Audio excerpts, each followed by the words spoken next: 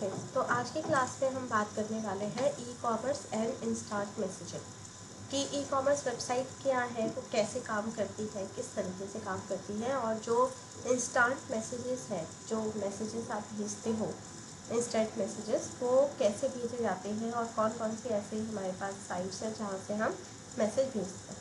तो सबसे पहले हम बात करते हैं ई कॉमर्स वेबसाइट की।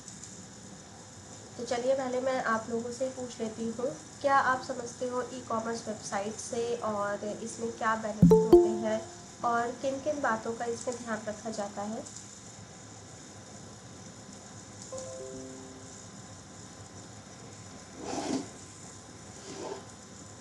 यस, बताइए सभी।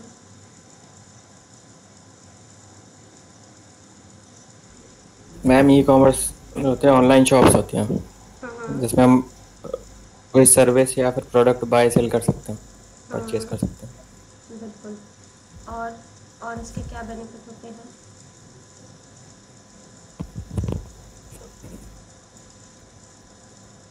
मैम हम प्राइस कंपेयर कर सकते हैं बहुत सारी वेबसाइट्स में एक साथ। बिल्कुल ठीक। हम्म। और इसके अलावा।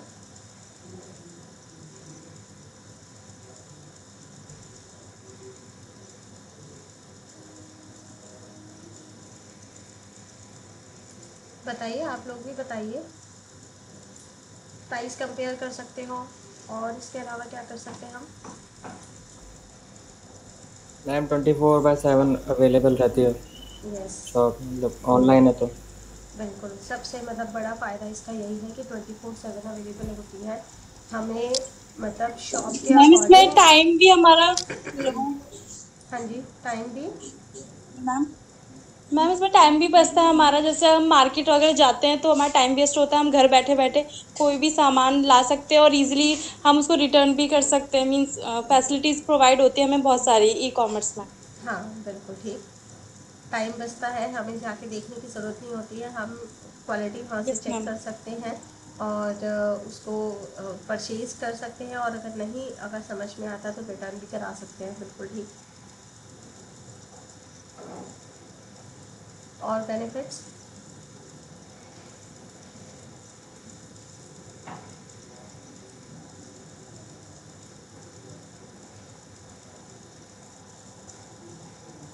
आपको एक विंडो मिल जाती है, जिस विंडो पे आपको मल्टीपल प्रोडक्ट्स मिल जाते हैं। आप उन प्रोडक्ट को देख सकते हो। आप विंडो शॉपिंग भी कर सकते हैं। विंडो शॉपिंग करने के बाद एक एक आपको ये जल्दी नहीं होती है कि हाँ आपको 15 मिनट में सामान लेना है, आपके पास 1 घंटा है, आपको सामान लेना है।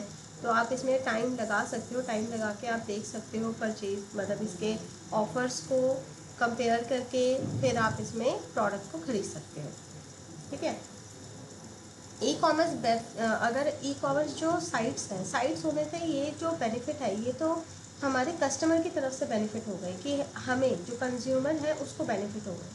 अगर हम कंपनी की बात करें तो कंपनी को क्या क्या बेनिफिट हुए, या कंपनी का स्ट्रक्चर कैसे बदला, उसमें क्या क्या चेंजेस हुए ई कॉमर्स से।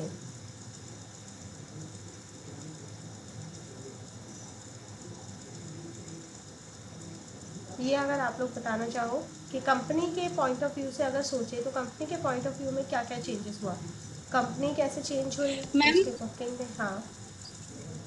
मैम कंपनी जैसे, अगर कोई कंपनी जैसे अगर वैसे एडवर्टीजमेंट करेगी तो उसको ज़्यादा खर्चा होता है, एक्सपेंसिव होता है। अगर वैसे करे वो, मीन्स उसको पोस्टर वगैरह या फिर और भी मीन्स कस्टमर को अपनी तरफ क्या बोल अट्रैक्ट करने के मीन्स लिए। अपनी अट्रैक्ट हाँ। करने के लिए मैम हाँ। बहुत सारा एक्सपेंसिव हो जाता है वो। और इसमें ई कॉमर्स में ऐसा होता है कि वो इजीली अपना एडवर्टीजमेंट कहीं भी करता है मैम, जैसे गूगल पे भी हमें बहुत सारे हम्म। एडवर्टीजमेंट मिलते हैं। हाँ तो उस हाँ। जरिए से उनका एक्सपेंस थोड़ा कम हो जाता है। कंपनी को अपनी चीज वो बहुत अट्रैक्टिव तरीके से और अट्रैक्टिव तरीके से वो उसके जरिए दिखा देते हैं, मीन्स ई कॉमर्स ई इसमें कॉम। मैम हाँ कंपनी का। हाँ हाँ। डिजिटल मार्केटिंग के थ्रू से वो एक ऐड प्रिपेयर करते हैं, उस ऐड से हमें सारी चीज़ें पता चल जाती है, या ये हमारी वेबसाइट है, इस वेबसाइट पे हमें ये सामान मिल सकता है, या इस तरह के प्रोडक्ट अवेलेबल है। और जिसमें हाँ, और इससे हम मतलब मास कम्युनिकेशन कर सकते हैं, यानी कि बहुत सारे लोगों तक उस बात को पहुंचा सकते हैं। यस, ये बेनिफिट हो गया। हाँ, पहला बेनिफिट कि कस्टमर को आप बहुत इजीली अट्रैक्ट कर सकते हो। सेकंड,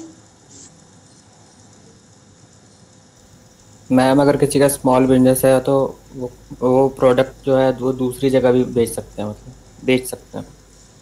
दूसरी जगह जैसे कि मतलब एक मतलब जैसे एरिया वाइज आप कह रहे हो? यस मैम, रीच बढ़ जाती है स्मॉल बिजनेस की। हाँ, स्मॉल बिजनेस की रीच बढ़ जाती है, बिल्कुल ठीक है। कि अगर मेरा बिजनेस है अगर और किसी का मुझे बिजनेस अगर, दिल्ली में है तो हाँ, हाँ, तो मुंबई में भी सामान भेजा जा सकता है उससे। भेजा जा सकता है। यस, ये सेकंड बेनिफिट है। और इसके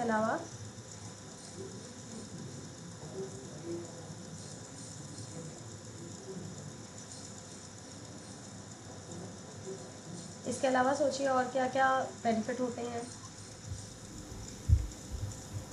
हम ई कॉमर्स में हम घर बैठे ही ऑनलाइन पेमेंट और कैश ऑन डिलीवरी वगैरह का बेनिफिट ले सकते हाँ हैं। बिल्कुल। जैसे ई कॉम हाँ हाँ, लेकिन ये तो कस्टमर पॉइंट ऑफ व्यू से हुआ ना, मैं कह रही हूँ बिजनेस के point of company view point of से। व्यू से, हाँ। Business business point of view से तो ये है कि वहाँ उन मतलब ये जैसे आपका जो प्रोडक्ट है वो लार्ज नंबर पे सेल हो सकता है, हम्म और डिफरेंट टाइप्स ऑफ प्रोडक्ट का प्राइस भी कम रहता है मैम कंपनी का, तो हम्म। उनको फायदा हो सकता है उससे, वैल्यू फॉर मनी करके। हम्म। ठीक है। और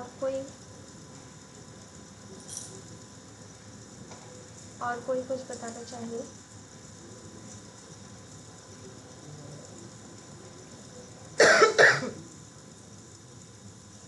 यस।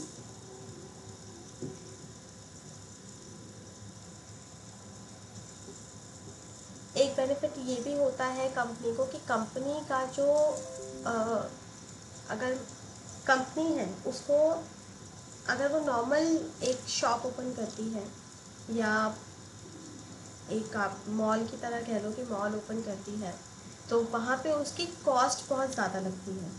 उसको प्रॉपर बिल्डिंग लेनी पड़ेगी, बिल्डिंग में प्रॉपर उसको लाइटिंग, एसी, ये सारी फैसिलिटी उसको प्रोवाइड करनी पड़ेगी। देन उसके साथ साथ उसको बहुत सारे सेल्समैन भी रखने होंगे। ठीक है, सेल्समैन का भी ज़रूरत होगी ताकि वो कस्टमर को हैंडल कर सके। देन इसके साथ साथ बहुत सारे इक्विपमेंट उसको चाहिए, जिस इक्विपमेंट के हेल्प से मतलब वो क्या कर सकते हैं कि कस्टमर को जैसे मैनेज करना है और चीज़ें करनी है, तो ये वाला खर्चा जो है ई कॉमर्स में ये कम हो जाता है, क्योंकि आपको शोरूम का खर्चा, सेल्समैन का खर्चा, ये बिजली का, एसी का, इसका जो कॉस्ट है वो कॉस्ट बिल्कुल ही निल हो जाती है। ई कॉमर्स में बस एक चीज़ चाहिए होती है, क्या? सिर्फ गोडाउन चाहिए होता है, कि गोडाउन चाहिए, आपका माल किसी अलग अलग जगह, मतलब वेयर हाउस है, वेयर हाउस होंगे अलग अलग जगह पे, वहाँ पे आपका प्रोडक्ट होना चाहिए ताकि आप अवेलेबिलिटी बढ़ा दो।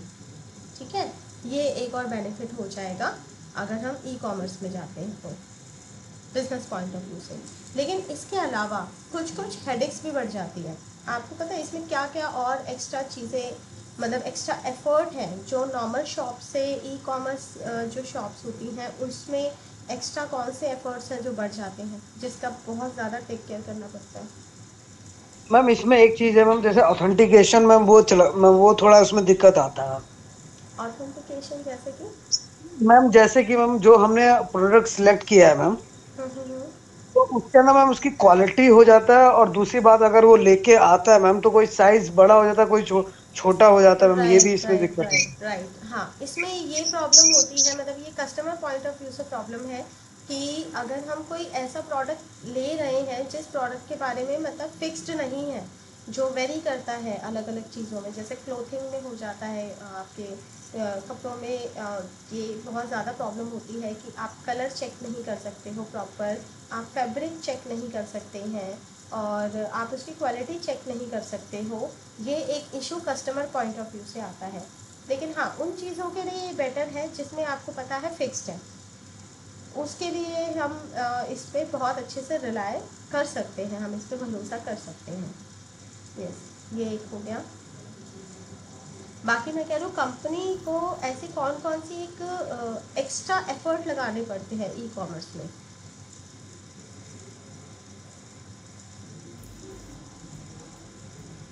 मैम कंपटीशन ज़्यादा होगा तो प्राइस भी कम रखना पड़ेगा उनको, ओके राइट। बाकी वैसे क्योंकि वहाँ कंपटीशन, हाँ। कंपेयर कर लेते हैं ना लोग वहाँ प्राइसेस। कंपेयर कर लेते हैं, बिल्कुल। और अगर आपकी लोकल शॉप है तो उतना मतलब कि वो नहीं होगा। लेकिन लोकल शॉप में भी जो शॉप्स होती हैं उसमें भी ऑलमोस्ट यही सीन रहता है। वैसे तो कंपटीशन तो वैसे मार्केट में अगर आप कहो लोकल मार्केट में तो भी रहता है, और अगर हम ई कॉमर्स में कहें तो भी रहता है। लेकिन हाँ, बाकी एक पॉइंट है कि हम दूसरी वेबसाइट से कंपेयर करके उसके प्राइस को कुछ कम कर सकते हैं, ये चीज़ है। ठीक है, इसके अलावा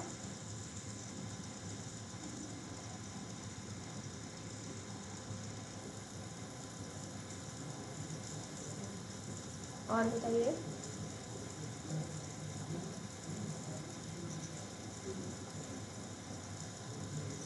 इसके अलावा सबसे बड़ी जो हेडेक होती है जो ई कॉमर्स में है वो है कस्टमर सेटिस्फेक्शन, कि कस्टमर को सेटिस्फाई करना बहुत ज़रूरी होता है। और कस्टमर को सेटिस्फाई हम किस किस पॉइंट से कर सकते हैं। जैसे मान लो हम कस्टमर हैं, हमें ऐसी कौन कौन सी चीज़ें हैं जो ई कॉमर्स में नहीं पसंद आएगी, या ऐसे कौन से उनके सर्विसेज हैं जो हमें बहुत पसंद आएंगे। मतलब ई कॉमर्स में बेसिकली सर्विस पे बहुत ज़्यादा ध्यान देना पड़ता है। एक हेडेक उनकी बढ़ जाती है, जिसमें टाइम पे डिलीवर होना चाहिए प्रोडक्ट। ठीक है, प्रोडक्ट डिलीवरी टाइम पे होना चाहिए। तो इसके लिए जो ई कॉमर्स है वो अलग से एक कंपनी से टाई अप करती है जो डिलीवरी कराते हैं।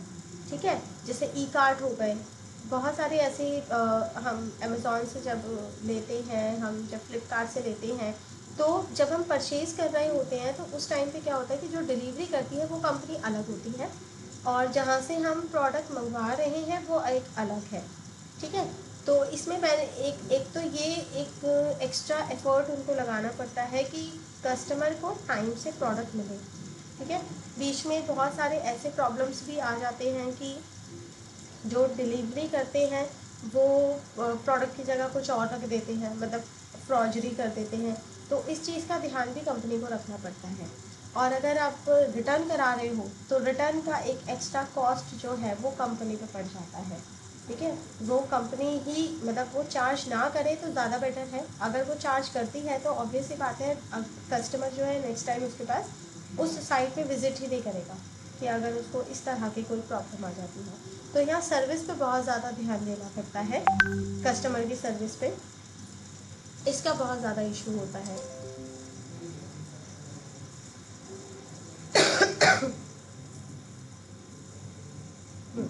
चलिए, अब थोड़ा सा ये तो हमने जनरली हमने बात कर ली कि क्या क्या है। अब एक्चुअल में हम पढ़ लेते हैं कि ई कॉमर्स साइट होती क्या है, कि ई कॉमर्स है क्या।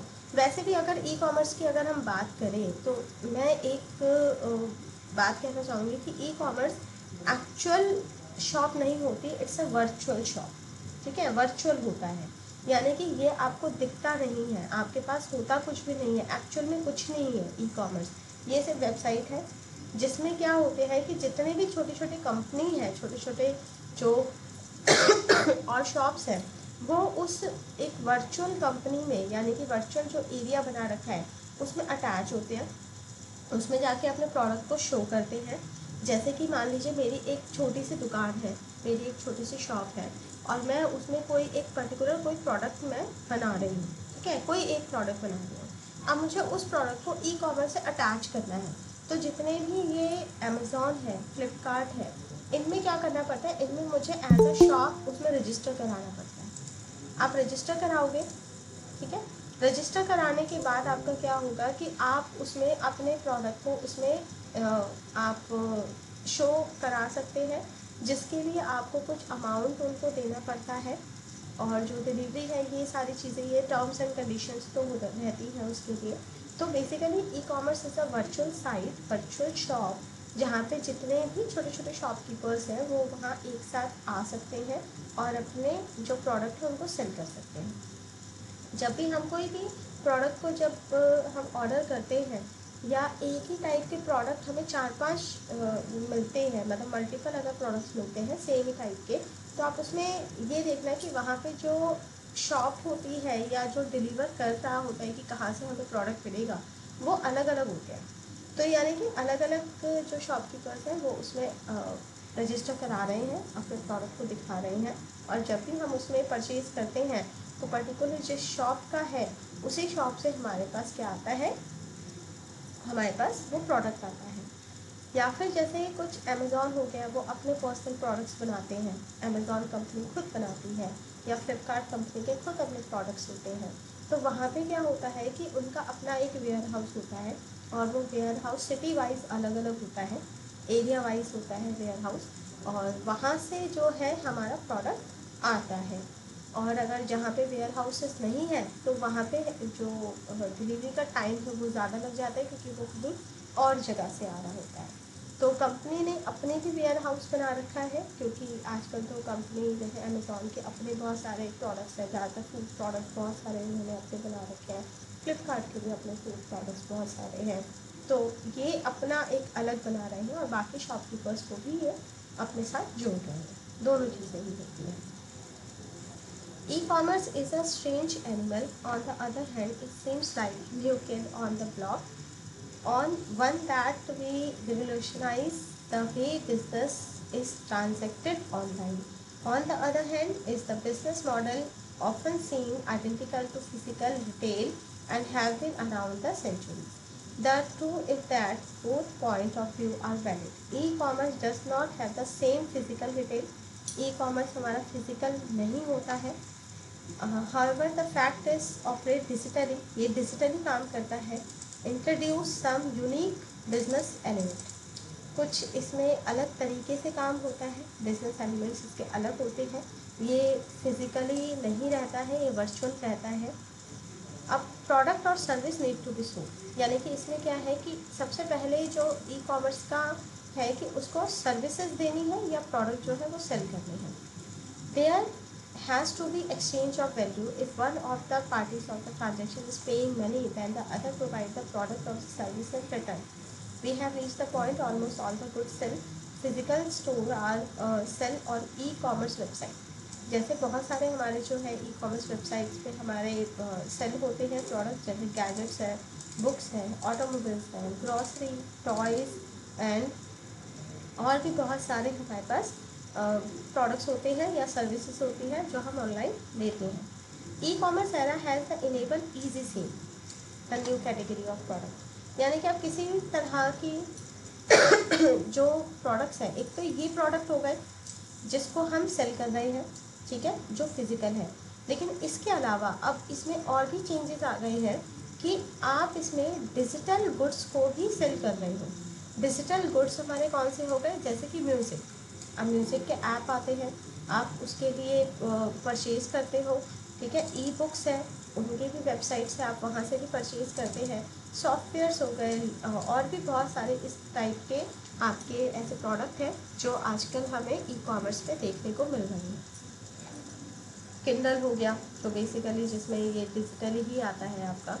E commerce enable easy transaction with a wide variety of goods, air ticket, magazine subscriptions, ये सारी चीज़ें आप इसमें ई कॉमर्स में ले सकते हो। यानी कि आजकल के एरा में ई कॉमर्स में कोई भी एक ऐसा प्रोडक्ट नहीं है जिसको उसने छोड़ रखा हो या अछूता हो। सारे प्रोडक्ट जो है हमें ऑनलाइन अवेलेबल है, सारी सर्विसेज हमें ऑनलाइन अवेलेबल है, और गुड्स का नेचर भी चेंज हो गया है। कुछ जो प्रोडक्ट्स थे जो पहले हम फिज़िकल यूज़ करते थे, आजकल हम उसको डिजिटल यूज़ कर रहे हैं। फॉर एग्ज़ाम्पल बुक्स पहले हम नॉर्मल बुक्स लेते थे, अब हम सभी जो है ई बुक्स पे हम स्विच हो गए हैं। फिज़िकल बुक आई थिंक अब रखना बहुत कम ही लोग पसंद करते होंगे, क्योंकि उसको कैरी करना मुश्किल होता है, और आप बहुत सारे बुक्स को एक साथ नहीं देख सकते हो, पर मतलब लेके जा सकते हो, बट अगर ई बुक है तो वो आपके ईज़िली किसी एक डिवाइस में या ऑनलाइन भी आप उसको पढ़ सकते हो। तो आजकल इस तरह से स्विच हो रहा है। There should be a mechanism to accept order. अब जब ऑर्डर हम लेते हैं तो इसका एक प्रॉपर मैकेनिज्म होता है, यानी कि पेमेंट के लिए basically. When the customer has browsed the e-commerce website, decide to buy, तो वो अपना ऑर्डर प्लेस करेगा। The software that run the process is called the shopping cart. तो इसमें क्या होता है कि शॉपिंग कार्ट एक सॉफ्टवेयर चलता है जिस कार्ट के अंदर आप जो भी प्रोडक्ट आप परचेज कर रहे हो उस कार्ट के अंदर ऐड हो जाता है। और ये बेसिकली क्या होता है कि ये डेटाबेस में मेंटेन होता है। जो कंपनी का डेटाबेस है कि उसके डेटाबेस में कुछ प्रोडक्ट्स हैं, इतने इतने प्रोडक्ट्स हैं। जब कस्टमर उसको परचेज़ करता है, जब वो शॉपिंग कार्ट के अंदर चला जाता है तो उस डेटाबेस में से वो माइनस हो जाता है कि उसके अपने प्रोडक्ट में से माइनस होता है। The additional making a note of being purchase and updating the order of the database, the shopping cart perform the several task. अब देखो ये एक एक्स्ट्रा एफर्ट हो गया कि उसको डेटाबेस, जब भी हम ई कॉमर्स में बात करते हैं तो ई कॉमर्स में डेटाबेस को मैनेज करना बहुत ही इम्पॉर्टेंट टास्क हो जाता है, जिसमें कंप्यूटेशन ऑफ टैक्स हो गया, अदर लेवीज हो गए, ठीक है। प्रोसेस ऑफ कूपन्स, अगर आप कूपन दे रहे हैं, आप डिस्काउंट दे रहे हैं तो उसको कैसे मैनेज करना है। आपका जो एक्स्ट्रा प्रोडक्ट्स आप दे रहे हो, फ्री प्रोडक्ट्स दे रहे हो, उसको कैसे मैनेज करना है। तो it's a big task to handle. तो इसको हैंडल करना एक एक्स्ट्रा एफर्ट हो गया बेसिकली ई कॉमर्स में। Capturing the billing delivery address of the customer, यानी कि कस्टमर की जो डिटेल है वो रखनी बहुत ज़रूरी है। अपसेलिंग टू द कस्टमर, यानी कि कस्टमर को आप सेकेंड टाइम, अगर कस्टमर आपका पुराना हो जाता है तो आप उसको कुछ एक्स्ट्रा डिस्काउंट देते हो, आप उसको कुछ एक्स्ट्रा फ्री सर्विसेज देते हो। तो ये सारी चीज़ें भी आपको मैनेज करनी होती है। Ensuring the user acceptance the term and conditions of the sale. Creation of the code, यानी कि आपका कोड होता है, इनवॉइस नंबर हो गया, ऑर्डर नंबर है, ट्रैकिंग नंबर है, ये सारी चीज़ें भी आपको क्रिएट करनी पड़ती है ई कॉमर्स में। Presenting customer and delivering option and adding the corresponding fees, और आपको डिलीवरी ऑप्शन में जो एडिशनल फीस हो गई, या आप एक मिनिमम अमाउंट के बाद एक डिलीवरी पे आपका चार्ज लगता है, या एक मिनिमम अमाउंट के बाद डिलीवरी चार्ज आपका फ्री हो जाता है। इन सब चीज़ों को भी उसमें बहुत ध्यान से मेंटेन करना पड़ता है। Forwarding the customer to the payment gateway, अब ये बहुत इम्पोर्टेंट है। पेमेंट गेटवे क्या होते हैं, ये पता है किसी को?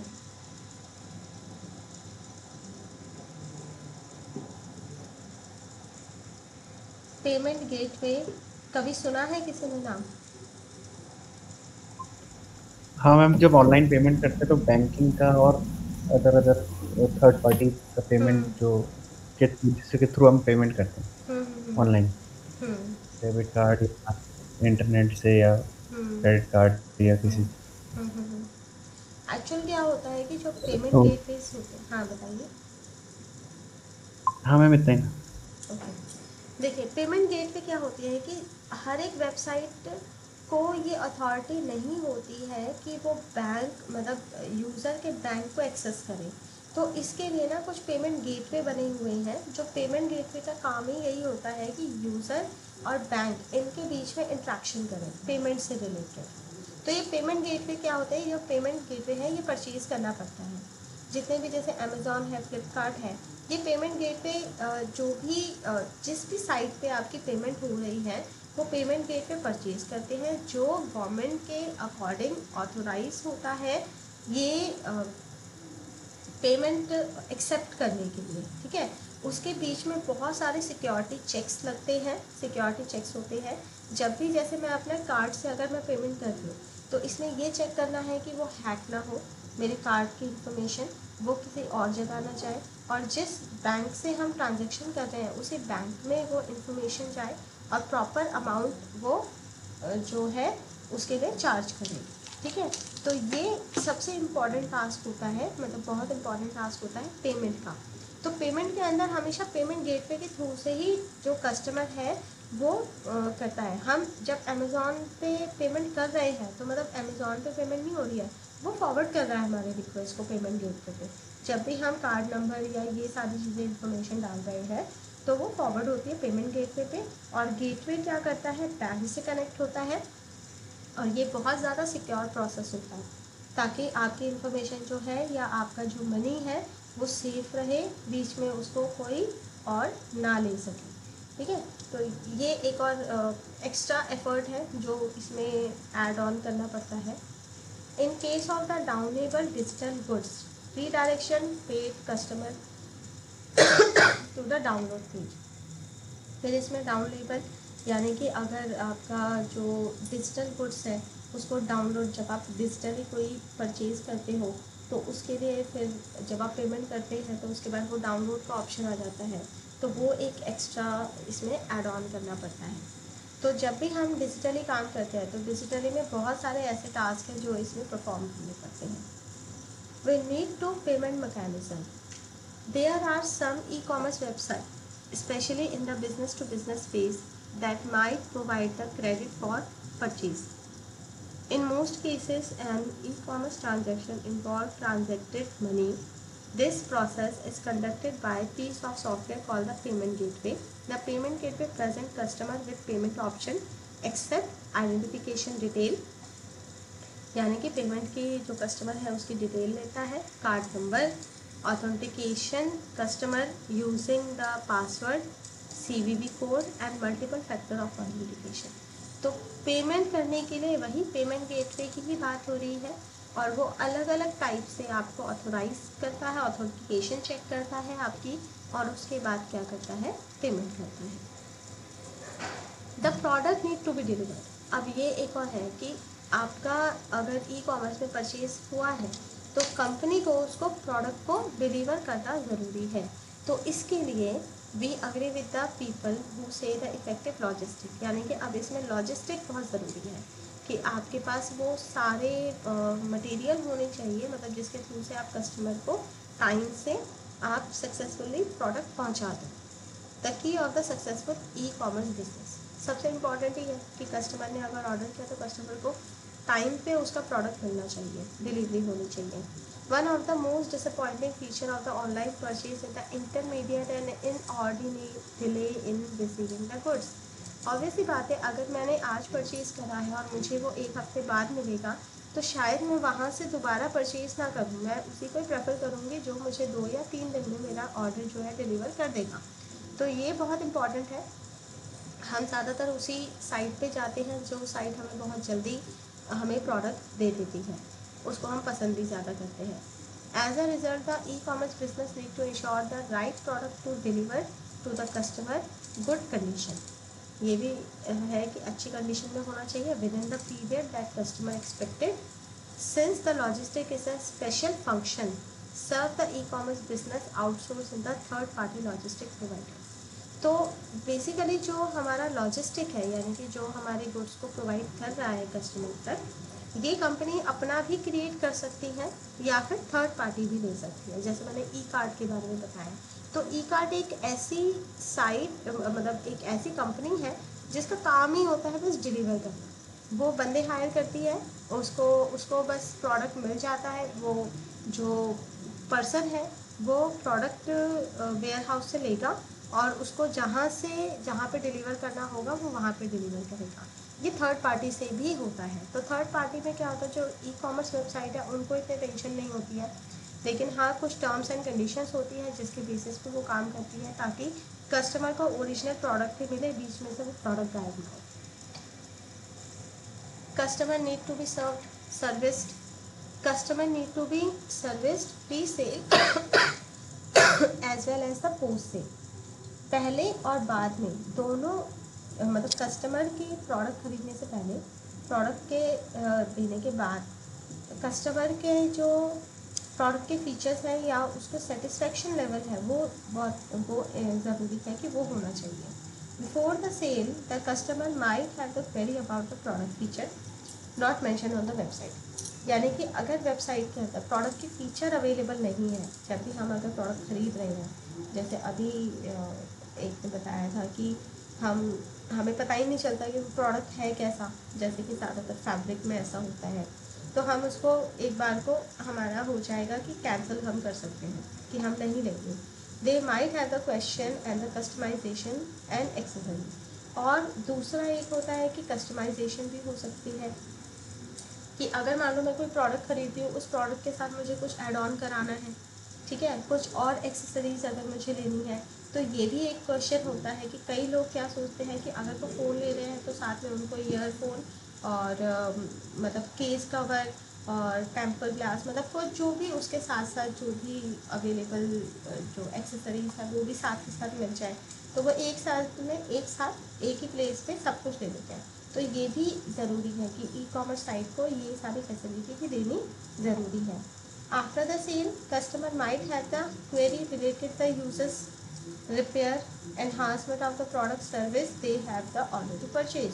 तो जब भी कस्टमर परचेज कर ले तो उसके बाद कंपनी को उसको फॉलो अप भी करना ज़रूरी है, ताकि उसको किसी तरह की इस तरह का प्रॉब्लम ना हो कि यूज़ करने में या रिपेयर करने में या इस तरह का कुछ है, तो वो अपना कॉन्टैक्ट नंबर या कुछ इस तरह के सर्विसेज यूज़र को ज़रूर प्रोवाइड करे, जिससे यूज़र बाद के लिए भी उस प्रोडक्ट के लिए सेटिस्फाइड रहे। Reverse logistic need to be manage. अब रिवर्स लॉजिस्टिक वही है कि आपका अगर आप वापस कर रहे हैं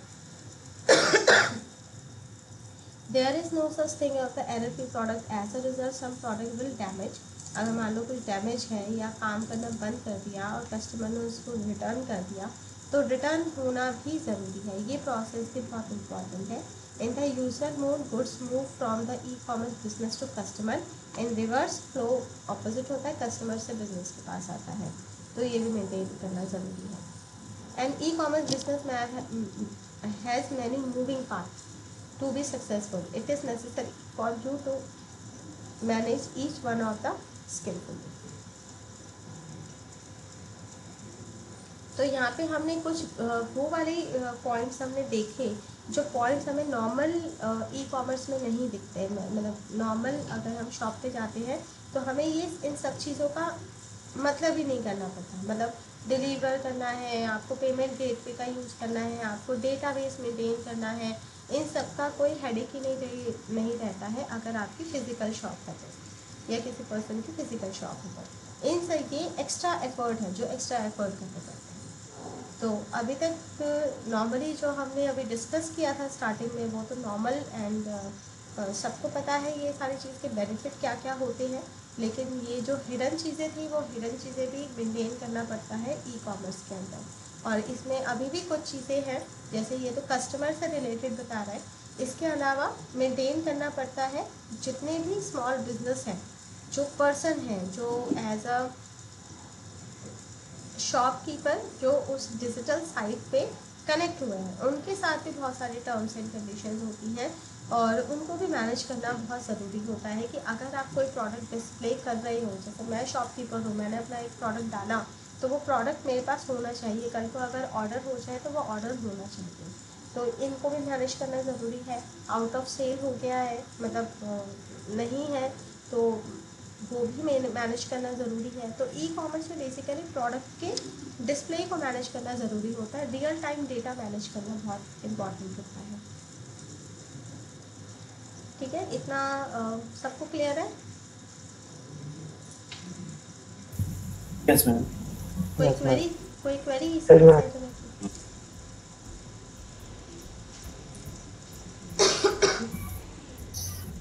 वैसे तो इजी था, इतना कोई अगर क्वेरी है तो पूछ लीजिए आप लोग।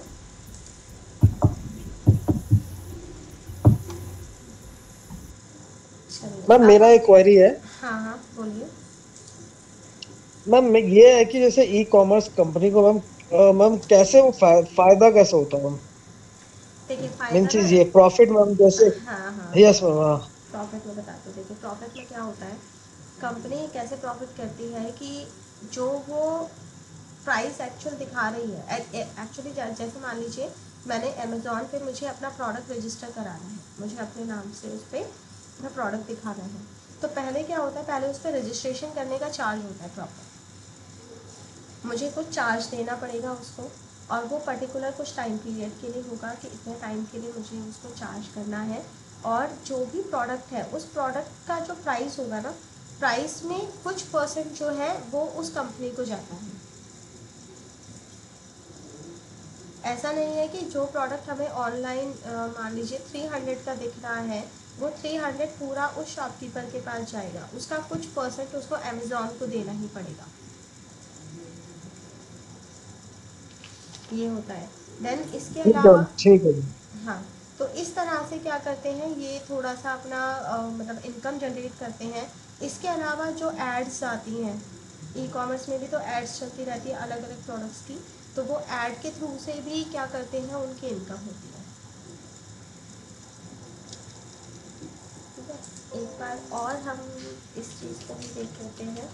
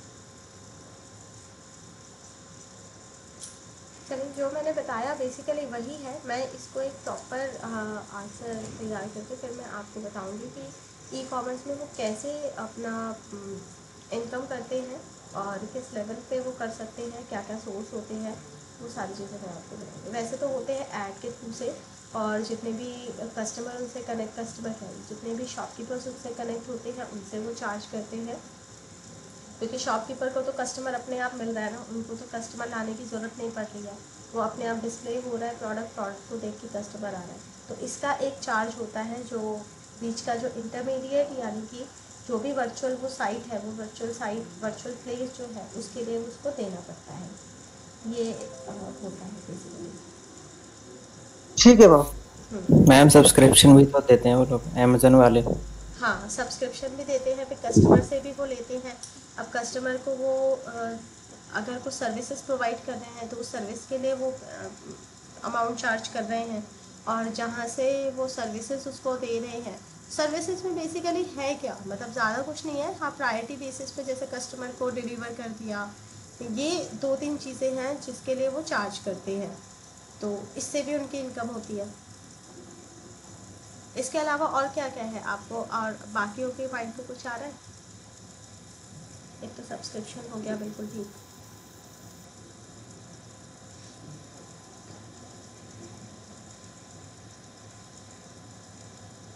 नहीं तो मैं आपको बताऊंगी और कौन कौन से इनके पॉइंट्स होते हैं जिसके थ्रू से ये अपनी इनकम करते हैं।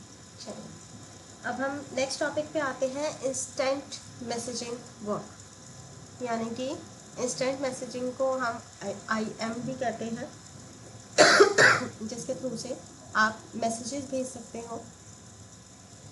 पहले जब भी हम किसी तक कोई भी बात पहुंचानी होती थी तो हमारे पास लेटर होते थे, या हम किसी पर्सन को कॉल करके या इस तरह से हम मैसेज पहुंचाते थे। लेकिन जैसे ही हमारे पास इंटरनेट आ गया, तो इंटरनेट में जो सबसे पहले जो हमारे पास वे ऑफ कम्युनिकेशन था, वो हमारे पास था ईमेल, कि ईमेल से हम कम्युनिकेशन करते थे, और काफ़ी टाइम तक लोगों ने ईमेल का यूज़ करा, जिससे कि वो मैसेज जो है वो किसी और पर्सन तक पहुंचा सकते थे। ये भी हमारा फास्ट और रिलायबल होता था। You might not know if the person want to email is online at the moment. Also are the re-email back of the front of someone. यानी कि इसमें क्या है कि वापस उसको ईमेल पे मतलब ईमेल फॉरवर्ड और वापस दोबारा से फॉरवर्ड भी हो सकता था, तो ये भी होता था, बट इसमें थोड़ा सा टाइम लगता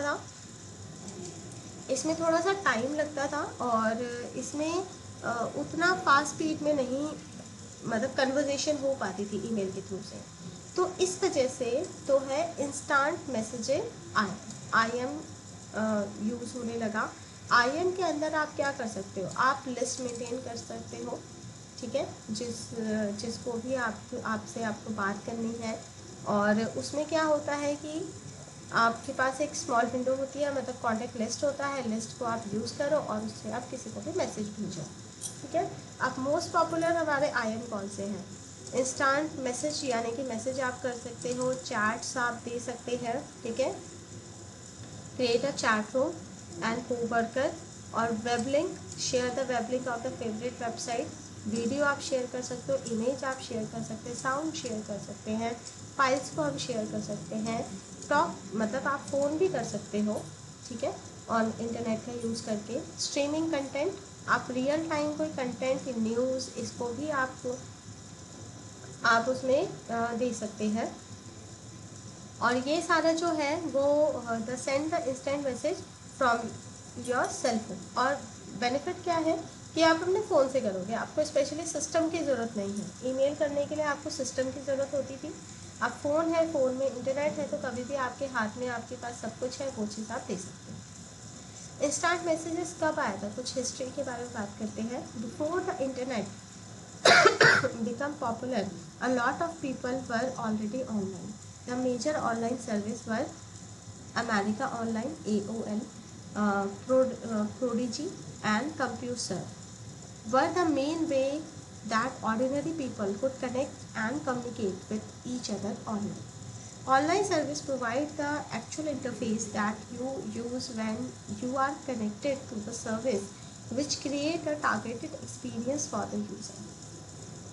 तो यहाँ पे ऑनलाइन सर्विस मतलब एक बेसिकली आपको एक इंटरफेस प्रोवाइड करता है, और जो हमारा इंस्टेंट मैसेज है, जिसके थ्रू से आप क्या है किसी भी टारगेटेड यूज़र से आप कनेक्ट हो सकते हो, उससे बात कर सकते हो, उसको सर्विसेज आप दे सकते हो।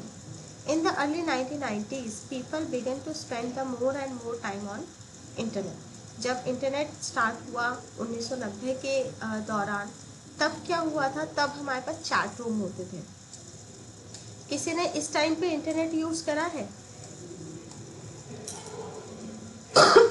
आप लोगों में से? मैम क्या? मैं कह रही हूँ किसी ने मतलब वैसे तो आई थिंक मतलब स्टार्टिंग के अर्ली टाइम पे जैसे 1990 1995 के आसपास किसी ने इंटरनेट यूज़ करा है? उस टाइम पे किसी को याद है कि कैसे इंटरनेट यूज़ होता था?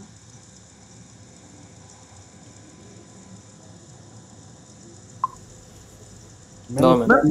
तो क्या थे मैम उस समय तो? हाँ जी, पैदा हुए थे उस समय।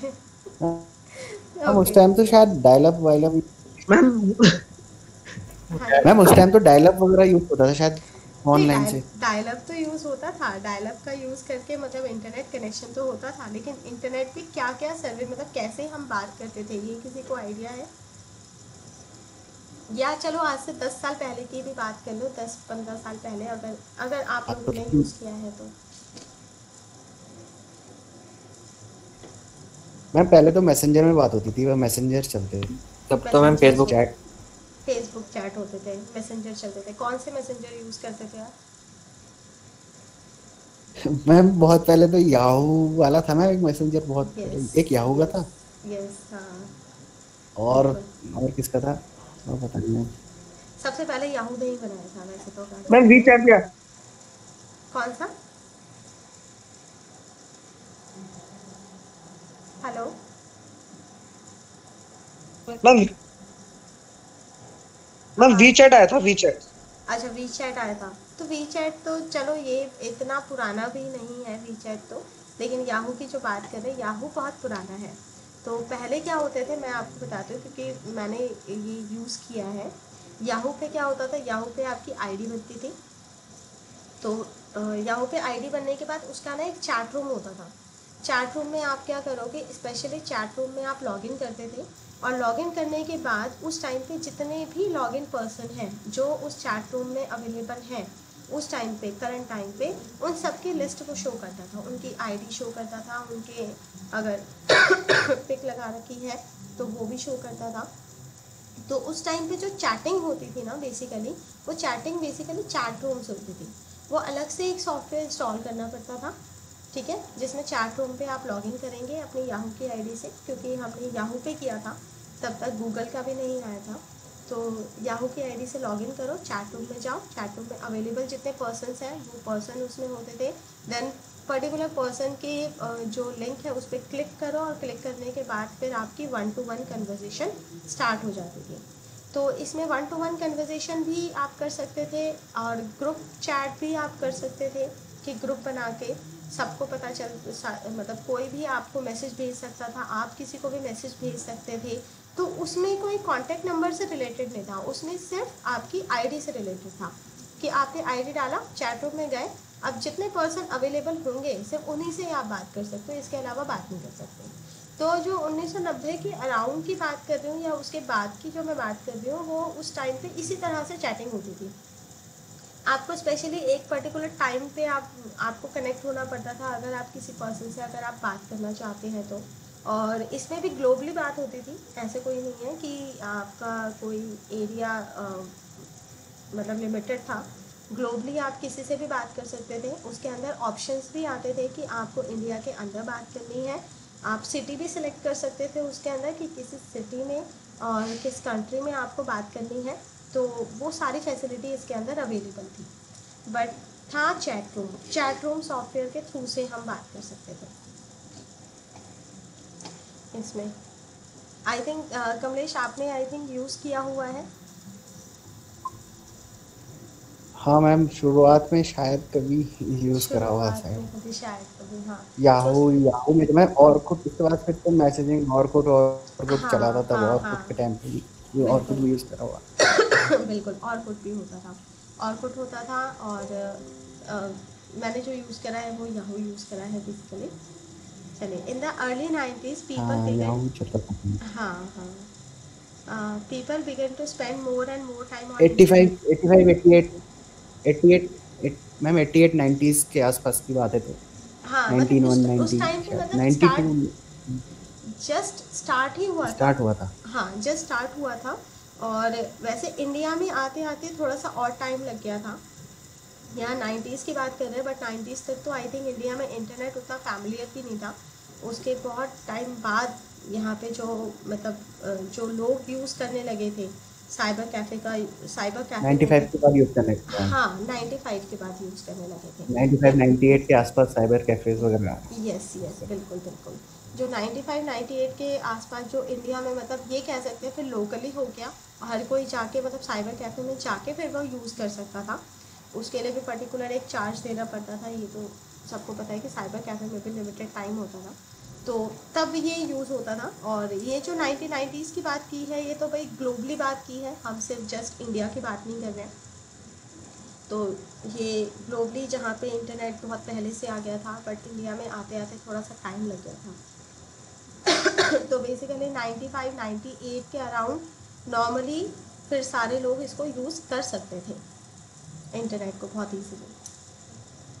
तो इसके अंदर एक क्रिएटिव सॉफ्टवेयर डेवलपर डिज़ाइनर यानी कि चैट रूम सॉफ्टवेयर होता था। Set up the chat room on the web server पे चैट रूम होता था। In a chat room group of the people can type the message and are seen by everyone in the room. इसमें group chat भी होती थी कि सभी उस चैट को देख सकते थे। और instant message are basically the chat room for the just 2 people. Instant message सिर्फ 2 लोगों के लिए होता है जो प्राइवेटली चैट कर सकते थे। लेकिन यहाँ पे चैट रूम में दोनों चीज़ें ही अवेलेबल थी, ग्रुप चैट भी होता था और ये भी आप कर सकते थे बाद में। और अब जो इंस्टांट मैसेज है वो really exploded on the internet scene on the November 1996। That's the mirror release introduce ICQ, free instant message utility that anyone could use ICQ, shorthand for ICQ, user uses the software application called the client that reside on the computer. तो यहाँ पे क्या है कि बाद में ICQ use हुआ, जिसमें एक क्लाइंट होता था, क्लाइंट के थ्रू से मतलब आप कनेक्ट करते थे उस क्लाइंट को. The client communicate with an ICQ server. Client जो है ICQ सर्वर से कनेक्ट होगा whenever you are online and client is running. तो ICQ सर्वर का यूज़ हुआ था स्टार्टिंग में. देन उसके बाद ये 1-to-1 कन्वर्जेशन हुई थी. 1997 में AOL considered the pioneer of the online community, give its users the ability to talk in the real time and each other through the chat room and instant message. तो इसके बाद क्या है, chat room में भी आपका instant message आ गया था 1997 में. और 1998 में सबने एक्वायर कर लिया था ICQ को. ICQ model is the basis for the most instant utility on the market today. अभी भी जितने भी अगर हम उसके बारे में बात कर रहे हैं तो वो भी ICQ के ऊपर ही बेस्ड होते थे. मोस्ट पॉपुलर जो इंस्टेंट मैसेज सॉफ्टवेयर है, while some IM clients are distinctly consumer service and explicitly for the enterprise, some crossover exists. The following list जो है, जैसे एप्पल मैसेज है, सिस्को जैबलर है, फेसबुक मैसेंजर है, Google Hangouts, IBM sometimes, ICQ, line, PTP, Microsoft, Skype, slack, Telegram, trillion, Viber, WeChat, WhatsApp messenger, window live messenger, Yahoo messenger. ये सारे हमारे messenger हैं जिसके थ्रू से हम क्या कर रहे हैं, हम एक दूसरे से कनेक्ट होते हैं. ये सारे हमारे इंस्टेंट मैसेजेस हैं. इससे आप मैसेज कर सकते हो, आप बात कर सकते हो. इवन जो हम मीट यूज़ कर रहे हैं इट्स ऑल्सो है मैसेंजर, कि हम इस पर एक दूसरे से कनेक्ट हो रहे हैं. तो यहाँ हमारा मैसेज बात चल रहा है. अभी हम वीडियो कॉल, ऑडियो कॉल पे हैं. बेसिकली कॉलिंग के लिए यूज़ होता है. मैसेंजर वहाँ है जहाँ आप टाइप करके भी लिख सकते हो. तो टाइप करके लिखने में और ऑडियो वीडियो मतलब तीनों ही सर्विसेज जहाँ अवेलेबल होती है उसको हम IM के कैटेगरी में रखते हैं, इंस्टेंट मैसेजेस के.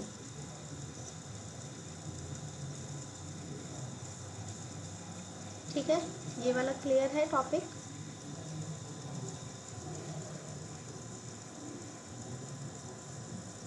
Yes ma'am. Yes ma'am.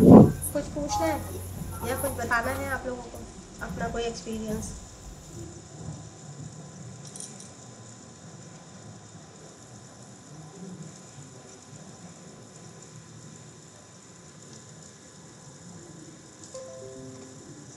चलिए, ओके.